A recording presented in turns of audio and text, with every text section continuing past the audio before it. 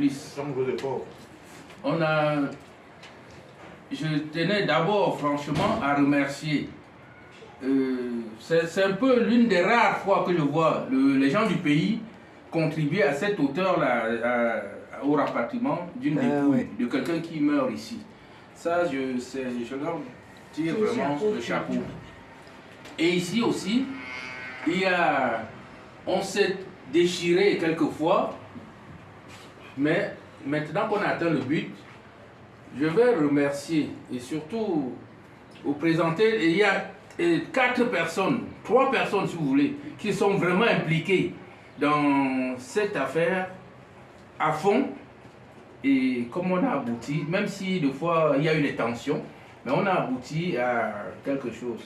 Et je profite par là pour remercier, je veux rendre un hommage à nos frères. On a des gens parmi nous ici qui ne fonctionnent pas par tribu, qui fonctionnent parce qu'ils ont affaire à un compatriote.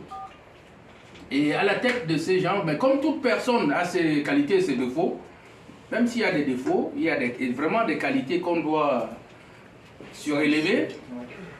Je veux dire merci à M. Mbani pour son implication vraiment totale. Et vraiment, on peut m'applaudir pour lui parce qu'il s'est impliqué vraiment. Si ce n'était pas lui-même, lui qui m'a boosté de temps, quand j'étais déjà désespéré, c'est lui qui me disait toujours non, on ne peut pas faire ça, il faut. Mais maintenant qu'on est arrivé, j'aime bien donner, c'est un monsieur qui agit que dans l'ombre. Mais des fois, il faut mettre en avant les gens qui font des choses. Je pense que si la communauté, on avait même une dizaine de personnes comme lui, et déjà vu sa probité et puis sa sincérité et son honnêteté, on n'aurait pas de problème dans la communauté. Mais malheureusement, la communauté est ce qu'elle est. Et moi, ce que je peux lui demander, c'est seulement souvent de vouloir, de fois, s'accommoder aussi à l'évolution de la société. C'est vrai que c'est bien, on dit tu avances, c'était comme ça, mais maintenant on est maintenant et puis on doit faire avec ce qu'on a. Mais vraiment, merci pour tout ce qu'il a fait. La deuxième personne qui s'est réellement impliquée depuis le début, qui a assisté avec nous, qui a fait, c'est Angéline. On peut aussi applaudir pour elle. Elle a vraiment, elle s'est beaucoup impliquée. Même si c'est vrai, à un moment, elle comme moi, on a dit non, vu les obstacles qu'on avait, c'était impossible que ce corps parte. Donc on travaille maintenant pour l'enterrer ici. Mais heureusement, on est arrivé avec l'aide du pays à faire ce qu'on a fait. Il y a quelqu'un qui est comme membre de la famille du défunt, qui nous a rejoints après et qui a été vraiment aussi très actif et qui s'est beaucoup donné, c'est Honoré. Merci. Et bien sûr, on n'aurait pas pu faire tout ça. C'est lui qui a tout débloqué. Ah oui. Pratiquement. Et quand on est bon, oui.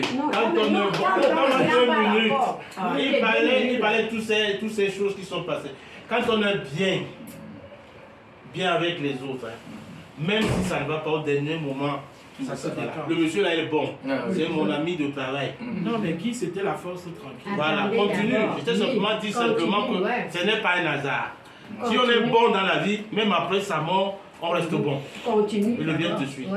Et puis, comme je disais, vous savez, c'est souvent après des événements comme ça, la communauté, on a vu l'implication tout le long de ce malheur d'un doyen comme M. Ndouksa, qui est là, qui fait tout, qui pèse tout son poids pour que les choses aillent bien. Et nous tous qui sommes là aujourd'hui, c'est vraiment les gens qui l'accompagnent au dernier moment. C'est les gens qui tenaient beaucoup à lui.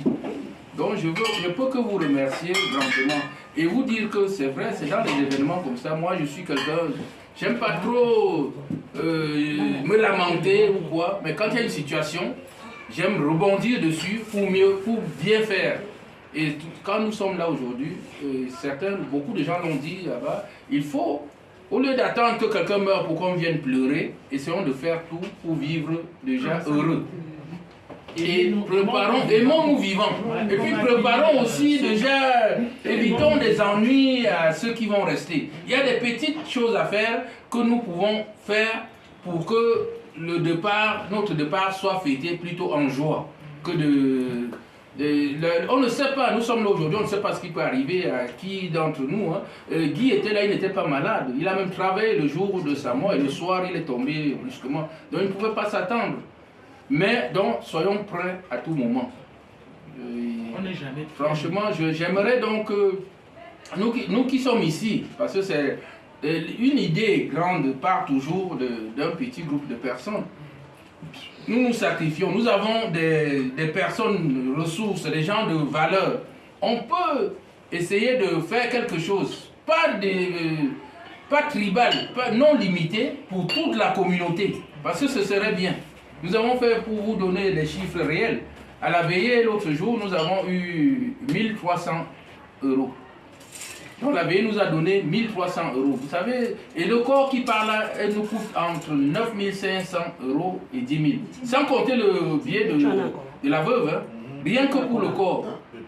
Donc, écoutez d'abord, laissez un peu ça. C'était très important ce qu'il dit. Donc ce que nous devons faire, tu vas écouter après définitivement. Ce que nous devons faire, c'est pour éviter, on a vu l'émiettement de la communauté. Dans le temps, comme disaient les gens, certains que ma vice-présidente appellerait les colons, dans le temps, ça se passait bien, on se mobilisait, mais on est obligé de vivre ce qu'on a aujourd'hui. Il n'y a plus cette mobilisation.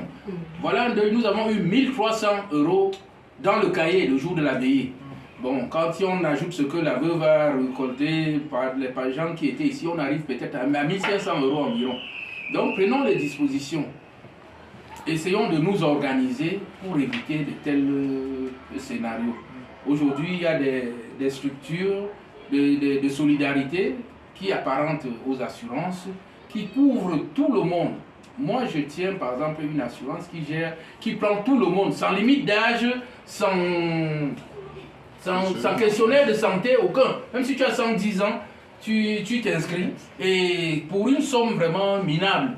Aujourd'hui, quand il y a un décès, pour un capital, aujourd'hui pour 6 €, ça donne un capital de 10 000 € à la famille. Si on avait ces 10 000 €, on aurait fait ça sans trop souffrir.